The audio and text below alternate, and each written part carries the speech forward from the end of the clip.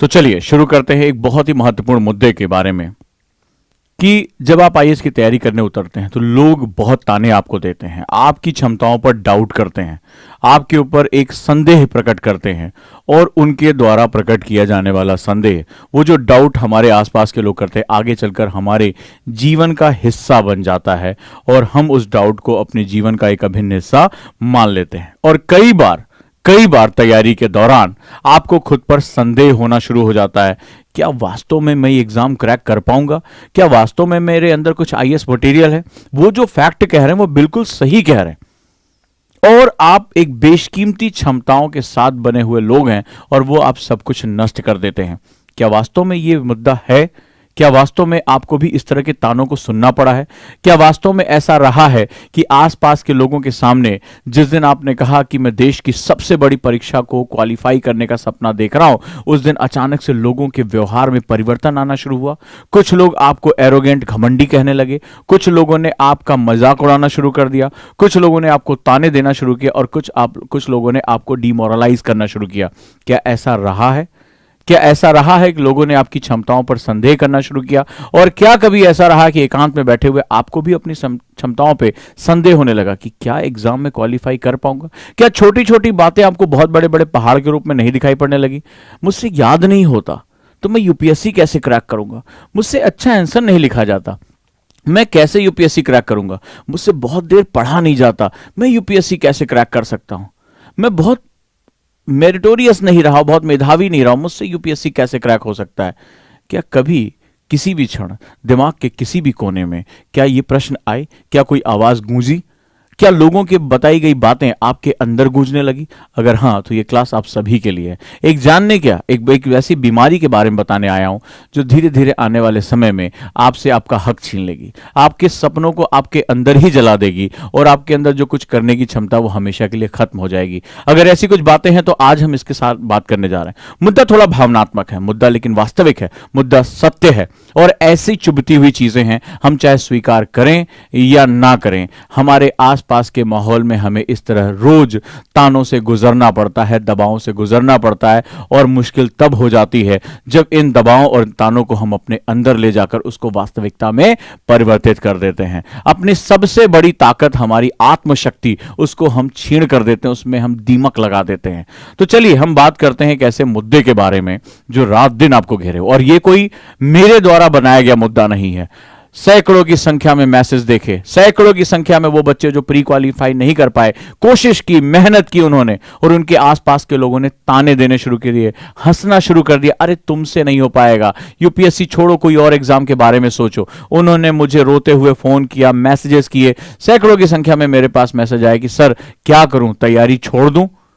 मुझे लगा वक्त है। सबसे पहले मैंने मेडिटेशन की सुबह की क्लास 6:30 बजे की शुरू की कि कम से कम तुम्हें यह बता सकूं कि तुम अंदर से कौन हो। जिस दिन तुम्हें यह पता चल जाएगा तुम कौन हो, तुम्हारी वास्तविकता क्या है और तुम कितनी अद्वितीय शक्ति हो, तुम इस पर ब्रह्म से जुड़े हुई एक ताकत हो जहां जो चाहो अपने सबकॉन्शियस माइंड से वो डालकर उसको प्राप्त कर सकते हो, लॉ ऑफ अट्रैक्शन को फॉलो कर सकते हो। वहां शुरुआत की, लेकिन यह जरूरी था कि आप इन तानों को पॉजिटिव कैसे ले सकते हैं। क्या यह दबाव केवल कुछ लोगों को मिलता है या इन दबावों से सभी को गुजरना पड़ता है? यह दबाव बाहरी ज्यादा खतरनाक है या आंतरिक ज्यादा खतरनाक है? इंटरनल ज्यादा खतरनाक है, एक्सटर्नल ज्यादा खतरनाक है? आज मैं इसके बारे में बात करने जा रहा हूं और उम्मीद करूंगा कि शायद आज मैं आपके उस मूलभूत मुद्दे को टच कर पाऊंगा। चलिए दोस्तों, जब हम यूपीएससी की तैयारी करने की बात करते हैं, हम यहीं से अपनी कहानी को शुरू करते हैं। जिस दिन आप मन बनाते हैं कि मुझे आईएएस की तैयारी करनी है, उसी दिन आप पूरी दुनिया के लिए एक बहुत ही खतरनाक व्यक्ति हो जाते हैं। कुछ लोगों को आपसे बड़ी उम्मीदें हो जाती है और उम्मीदों का बोझ बहुत खतरनाक होता है। पूछिए विराट कोहली से, जब भारत पाकिस्तान से हारता है और पहली बार टी20 वर्ल्ड कप में हारता है तो पूरा देश जो कल तक हीरो बन रहा था उसकी बेटी के लिए कैसी अपशब्दों का प्रयोग करता है, गालियां देता है, किस तरह के ताने देता है। तो यहां उम्मीदों का जो बोझ होता है वो बहुत ही खतरनाक होता है। लेकिन उससे भी बढ़कर एक ऐसा भी वर्ग होता है जो हमेशा आपकी ताकत, आपके सपनों पर संदेह करता है, सस्पिशियस रहता है, अरे ये नहीं बन पाएगा, या शायद उनको डर होता है कि अगर ये बन गया तो इसके सामने मैं अपना जो ये शेख चिल्ली की बातें करता हूं, जो डींगे मारता हूं, वो कैसे मार पाऊंगा। तो इसको डिमोरलाइज करते रहो, ये हमसे कमतर बना रहे, नहीं तो वही रिश्तेदार को अगर तुम्हारे सामने आएगा तो तुम्हें आईएएस बाबू कह के बात करना पड़ेगा।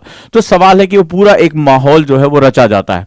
चलिए अब हम बात करते हैं कि क्या है सच्चाई, कि जो समाज आपको ताने देता है उसके पीछे क्या फैक्ट्स होते हैं और आप कैसे उसको अपने अंदर जाने से रोक सकते हो और अपने आप को उन तानों को पॉजिटिव एनर्जी में कन्वर्ट करके उसको अपनी ताकत बना सकते हो। अगर ये बना ले गए तो बहुत से लोग उम्मीद करते हैं, तो बहुत सी बार मैंने बताया किताबें कौन सी पढ़नी है, क्या पढ़ना है, हजारों बार इस पर मेरा डिस्कशन हो चुका है और लगातार मैं इस पर आगे भी डिस्कशन करता रहूंगा। लेकिन सवाल है कि अगर तुम्हारे अंदर युद्ध चल रहा है, अगर तुम्हारे अंदर संदेह नाम का राक्षस पैदा हो गया, संदेह दलदल की तरह होता है और दलदल में जो कुछ भी पड़ता है वो समा जाता है, संदेह तुम्हारे पूरे अस्तित्व को अपने अंदर समा लेता है, आप डूब जाओगे इस दलदल में। तो कभी भी अपने अंदर संदेह, सस्पिशन, अपनी पर्सनालिटी पर क्वेश्चन कभी भी मत करना। अपने अंदर एक दलदल पैदा कर लोगे और तुम्हारा पूरा व्यक्तित्व उस दलदल में हमेशा के लिए समा जाएगा। इस संसार के लिए, इस समाज के लिए जो तुम कर सकते थे वो कभी कभी नहीं कर पाओगे। तो चलिए आज हम इस बात को शुरू करते हैं और मेरे ख्याल से ये मुद्दा, जिस तरह से आपके कमेंट आ रहे हैं, वो मुद्दा मुझे लगता है कि कहीं ना कहीं आपको टच करता है, कहीं ना कहीं आपके जीवन का एक हिस्सा है और कहीं ना कहीं आपने भी ये तकलीफ झेली है। अगर झेली है तो आज इसका सामना करने के लिए तैयार रहिए, आज इसकी वास्तविकता जानने के लिए तैयार रहिए और इससे लड़ने के तरीकों पे भी बात कर लीजिए। राइट, चलिए हम बात करते हैं क्या होता है हमारे साथ जब हम अगले चरण में पहुंचते हैं।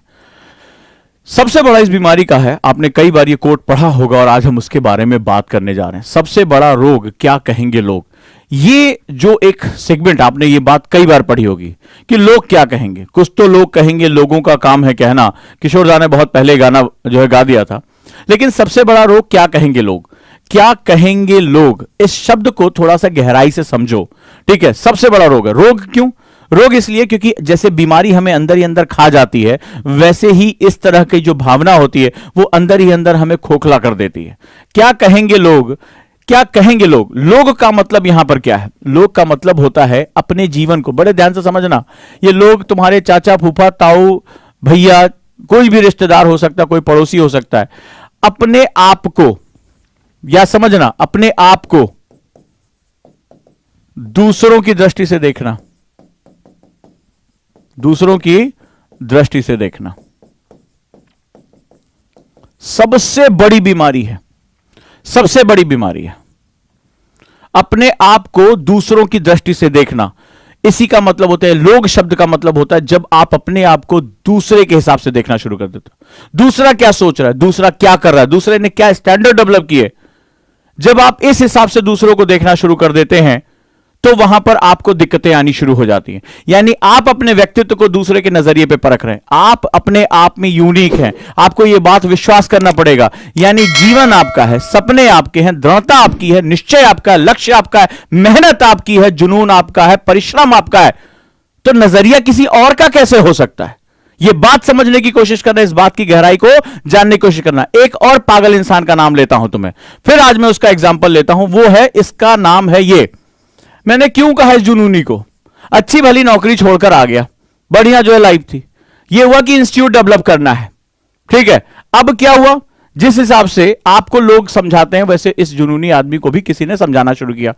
पैसे नहीं है, किताबें लिखी थी तो उसकी रॉयल्टी आई थी, इससे शुरू कर दिया। घर वाले खिलाफ, सब कोई खिलाफ आया तो लोगों ने इसकी खिलाफत करनी शुरू कर दी। बोला कि ये पागल हो जाओगे, मर जाओगे, इसको पागल तक कहा लोगों ने। बोला ये इंस्टीट्यूट शुरू करने के लिए बहुत पैसा चाहिए होता, बहुत अनुभव होना चाहिए, तुम तो इस लाइन से भी नहीं हो, तुम जो इस इंडस्ट्री के भी नहीं हो, पैसा तो तुम्हारे पास है ही नहीं है। इस तरह से कोचिंग चलती है। ये कुर्सियां 100-100 रुपए की खरीद के, पुरानी सेकंड हैंड मेज लेके, छोटा सा कार्डबोर्ड लगा के, जो है वो प्लाईवुड लगा के ऑफिस बना लिया छोटा सा, इस तरह से कोई चलता है। लोगों ने मजाक उड़ाया, यहां तक कह दिया कि जब अगर तुम भीख मांगने की नौबत है, भूखो, तो हम तुम्हें 100-100 रुपए में भी पढ़ने के लिए दे देंगे। ये इस इंसान के बारे में कहा गया। कोई संसाधन नहीं था, कोई अनुभव नहीं था, यह भी नहीं पता था फ्लेक्स कैसे छपते हैं, बोर्ड कैसे बनता है, क्या होता है, कोरल ड्रॉ होता है जिस पर डिजाइन की जाती, कुछ भी नहीं इसको पता था। जो मजदूर थे उनके पास चाय पिला पिला के उनसे सीखा, डायरी में लिखता, अच्छा कोरल इसे कहते हैं, पेज मेकर ये होता है, ऐसे फ्लेक्स छपता है, इतने रुपए में लगता है। पैसा नहीं, अनुभव नहीं, अकेला जुनून था बस। तो लोगों ने कहा पागल है, शब्द आया, अरे पागल है, मर जाएगा कुछ दिन बाद। एक बहुत बड़े प्रॉपर्टी डीलर ने जब मकान दिया, हाथ पैर जोड़ा कि कुछ एक कमरा दे दीजिए, काम शुरू करना है। बोला अरे साहब मर जाओगे, 1-2 महीने बाद भाग जाओगे, पागल हो, अपनी नौकरी छोड़कर भाग रहे हो, मेरे बात लिख लो। उसने कहा कि लिख लो ये बात कि कुछ समय बाद तुम्हें अपने इस फैसले पर कि तुम इंस्टीट्यूट डेवलप करना चाहते हो, तुम्हें बहुत बड़ा पछतावा होगा। उसने दावे के साथ कहा, सबसे पुराना प्रॉपर्टी डीलर था वहां पे। तो इस व्यक्ति को कहा तुम पागल हो, तुम्हारा कुछ नहीं हो सकता, तुम्हारे पास कोई अनुभव, तुम यहां नहीं टिक सकते। आज ये व्यक्ति तुम्हारे सामने खड़ा होकर एक ऐसे चैनल को लीड करता है जहां लाखों की संख्या में, हजारों नहीं लाखों की संख्या में बच्चे न सिर्फ जुड़े हैं, उनके जीवन में एक सकारात्मक परिवर्तन आ रहा है, जिसके पास एक पैन इंडिया जो है वो एक स्पेस मौजूद है। तो अगर इस व्यक्ति ने लोगों की सुनी होती, और वो कहने वाले अपने थे, अपने पेरेंट्स नाराज कि क्या यार अच्छा भला नौकरी छोड़ छाड़ के, इतना सेट करियर छोड़ छाड़ के आगे जो है वो फ्लैट लेने का जो है जुगाड़ करने छोड़, ये पागलों की तरह कहां सड़क पे चप्पलें घिस रहा है। खुद के पेरेंट्स, खुद के भाई बहन नाराज कि क्या तुमने कदम उठा लिया, किस तरह का कदम उठा लिया, कैसे कैसे ताने, कैसी कैसी चीजें, अरे ट्यूशन पढ़ा लो, भूखे मर रहे हो तो ये काम कर लो, जब मुश्किलें आई नाक कटा दिया, जिंदगी बर्बाद कर दी, इस तरह के ताने जब इस इंसान को दिए गए। लेकिन अगर इसने सोचा कि यार जिंदगी मेरी है, फैसले मुझे लेने हैं, मैं जानता हूं मेरा विजन क्या है, मैं जानता हूं कि मुझे कुछ परिवर्तन करने से पहले खुद को जो है वो जलाना होगा, तपाना होगा, पंपलेट हाथों में ले लेके कई किलोमीटर चलना होगा, कोई बात नहीं है, शर्म को किनारे रखना पड़ेगा, रात में जाकर पोस्टर बैनर भी खुद चिपकाने होंगे, सब किया। और आज पीछे पलट के देखते हैं तो आज वही कहते हैं कि नहीं आप तो लीड कर रहे हैं, वही कहा जाता है कि नहीं भाई आपका तो बहुत नाम है, लोग आपको पहचानते हैं आपके नाम से, आपके चेहरे से। तो अगर इस व्यक्ति ने, इस पागल ने सुन लिया होता कि लोग क्या कह रहे हैं, तो शायद एक इनोवेशन खत्म हो जाता। सवाल यह नहीं कि सक्सेस क्या है और अनसक्सेसफुलनेस क्या है, सवाल है कि क्या आज ये व्यक्ति कई हजारों लोगों की जिंदगियों में परिवर्तन कर पा रहा है, क्या उनको बता पा रहा है कि सपने देखना तुम्हारा हक है, क्या उनको ये कह पा रहा है कि अपने सपने के लिए लड़ना तुम्हारा अधिकार है और तुम्हें लड़ना चाहिए, तुम्हारे हिस्से में जीत आए या हार आए, कम से कम एक लड़ाई तुम्हारी होनी चाहिए और तुम्हें लड़ना पड़ेगा। तो क्या आज ये बात पूरे दम्भ के साथ, पूरी ताकत के साथ ये व्यक्ति कह पा रहा है? क्या आज इस व्यक्ति के पास एक ऐसा प्लेटफॉर्म है जहां वो अपने स्टूडेंट की समस्याओं का समाधान करने के लिए सुबह 6:30 बजे भी मेडिटेशन की क्लास में मौजूद रहता है कि मेरे किसी बच्चे को एक दिन भी निगेटिविटी का सामना ना करना पड़े? और कितने ऐसे लोग हैं जहां पर इसकी बातें सुनकर, इस पागल, इस दीवाने की बात सुनकर उनको लगता है कि अगर यार हमने सपने देखे तो मुझे लड़ना चाहिए, और लड़ रहे हैं लोग और सक्सेस होकर निकल रहे हैं। पर यही अगर पीछे जाकर देखें, अगर इसने दुनिया भर की बातें सुन ली होती और उसको अपने अंदर धारण कर लिया होता, तो क्या आज इस नाम का कोई व्यक्ति आपके सामने मौजूद होता? हां या ना मुझे बताएं। तो सवाल है, बहुत छोटा सा एग्जाम्पल है, जीवन एक युद्ध है और इस युद्ध को आपकी अपनी शर्तों पे लड़ा जाएगा। याद रखना, जीवन एक युद्ध है और इस युद्ध को कभी दूसरे की शर्तों पे नहीं लड़ा जाएगा, यह आपकी अपनी शर्तों पे लड़ा जाएगा। युद्ध बलि मांगता है, तुम्हारा परिश्रम मांगता है, युद्ध मांगता है तुम्हारा त्याग, तुम्हारा खून, तुम्हारा पसीना। तो अगर इस युद्ध में उतरना चाहते हो, अपने जीवन को परिभाषित करना चाहते हो, याद रखना, if you want to define your own life, who you are, who you want to be, और तुम दुनिया को अपने नजरिए से देखने के लिए मजबूर करना चाहते हो, तो अपना खून और पसीना दोनों बहाने के लिए तैयार होना पड़ेगा। यह अग्नि है जहां पर जलन भी होगी तुम्हें, लेकिन याद रखना, इस तपिश के बाद ही तुम निखर कर सामने आओगे। तो ये जो एक नजरिया होता है कि लोग मेरे बारे में क्या कह रहे हैं, जो आपके अंदर एक संदेह होता है। थोड़ी देर पहले मैं एनसीईआरटी की क्लासेस जो मैं ले रहा था, अभी जो ओपन क्लासेस थी, उसमें कई बच्चों ने कहा कि सर हम नहीं पढ़ पा रहे, सर हम नहीं लिख पा रहे, सर हम जो है वो धीरे धीरे बोलिए, हमें नहीं समझ में आ रहा है। मैंने उनको वहां डांटा कि एक कंपटीशन है, तुम नहीं कर पाओगे, कोई और आकर कर ले जाएगा। यूपीएससी तुम्हें सेलेक्ट करने के लिए नहीं बैठा, तुम्हें रिजेक्ट करने के लिए बैठा है। तो आखिर वहां पर तुम्हें अपनी क्षमताओं को बढ़ाना पड़ेगा। जितनी बार तुम ये कहते हो कि मुझसे याद नहीं हो रहा, मुझसे लिखा नहीं जा रहा है, मैं समझ नहीं पा रहा हूं, उतनी बार तुम अपने आप को यकीन दिलाते हो कि मैं समझ नहीं सकता, मैं लिख नहीं सकता, मैं पढ़ना नहीं चाहता। इसका यही सिंपल सा मतलब होता है और इससे ज्यादा कुछ नहीं, क्योंकि युद्ध करने वाला यही जानता है कि यह युद्ध है और जब तक मेरे प्राण है, जब तक मैं जीवित हूं, तब तक मैं लड़ाई लड़ूंगा, और मैं लड़ाई न सिर्फ लड़ूंगा, मैं लड़ाई जीतूंगा। यही जो है नियम होता है युद्ध का। आर्ट ऑफ वॉर इसी को कहा जाता है। इसके लिए मुझे सब कुछ झोंकना पड़े, सर्वस्व लगाना पड़े, मैं लगा दूंगा। आप कल्पना करके देखिए, कोई व्यक्ति अगर युद्ध के बीच में है, कोई वॉर के बीच में है, क्या तुम अंदाजा लगा सकते हो कि वॉर के बीच में सामने दुश्मन है और वो वेब सीरीज देख सकता है? कल्पना कर सकते हो इस बात की? क्या उसको दुनिया भर की कौन खूबसूरत है, कौन खूबसूरत नहीं है, ये जो समझ सकता है? नहीं। वॉर का टाइम है तो वो सिर्फ और सिर्फ अपने अपोनेंट पे अपनी नजर रखता है, वो अपनी रणनीतियों पे बात करता है। क्या उसको युद्ध करते समय चिंता होती है, अरे घर पे कौन मेरा इंतजार कर रहा होगा, वो ड्राइंग रूम में जो है मैं गैस तो नहीं, वो जलती हुई किचन में छोड़ के तो नहीं आया? क्या युद्ध करने वाले व्यक्ति के दिमाग में ऐसा कोई भी विचार आता है? तो सवाल है कि जब तुम युद्ध अब इस लबासना की तैयारी कर रहे हो, यूपीएससी की तैयारी कर रहे हो, तो तुम्हारे दिमाग में क्यों आता है कि मेरे फूफा ने कहा कि तुमसे आईएएस नहीं हो पाएगा? क्यों कहा जाता है कि वो भैया कह रहे थे कि तुम सेकंड डिविजनर हो, तुम्हारा जो है आईएएस नहीं हो पाएगा?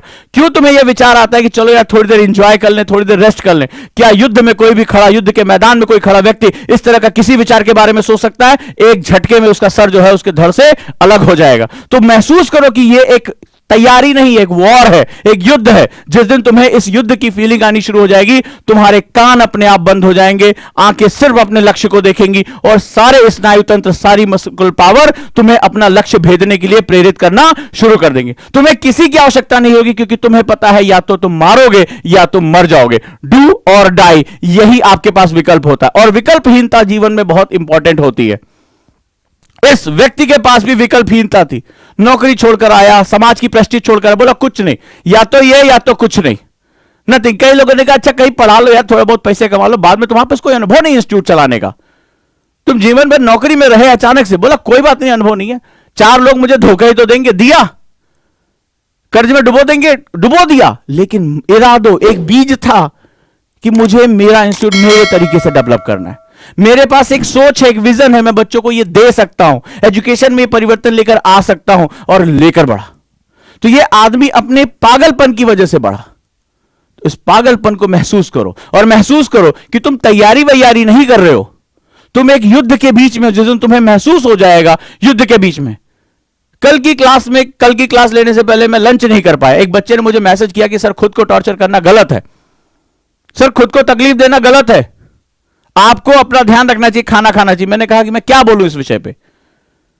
तो बोला इसका क्या मतलब है? लेकिन इसका एक मतलब है कि अंदर एक पैशन जल रहा है, मैं एक युद्ध के बीच में हूं, मैं अपने लक्ष्य की प्राप्ति की तरफ हूं, मुझे वो परिवर्तन लेकर आना है। इसके लिए मुझे खुद को भस्म भी कर देना पड़े तो कोई बड़ी बात नहीं है, क्योंकि आपका लक्ष्य जितना बड़ा होता है, आपसे उतनी बड़ी कीमत मांगी जाती है। यह बात हमेशा याद रखिएगा।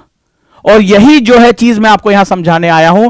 जिस दिन आपको यह महसूस हो गया कि आप एक व्यक्तित्व हैं या व्यक्तित्व बनने की प्रक्रिया में हो, इन बातों का आपके लिए कोई मतलब नहीं रह जाएगा, क्योंकि जीवन आपका है और आप उसका सम्मान जब करते हैं तो आपको पता चलता है लोग का मतलब होता है। लोग कोई भी हो सकते हैं। कई बच्चों ने कहा कि उनके टीचर ने उनसे कहा कि अरे यार तुम आईएएस वाईएएस नहीं बन सकते, कहां तुम आईएएस बनने के बारे में सोच रहे हो।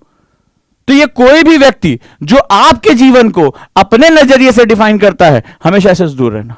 तुम्हारा जीवन है, तुम्हारा नजरिया यहां काम करेगा, और इसके लिए जो कुछ भी करना पड़े वो आप करने के लिए तैयार रहिए।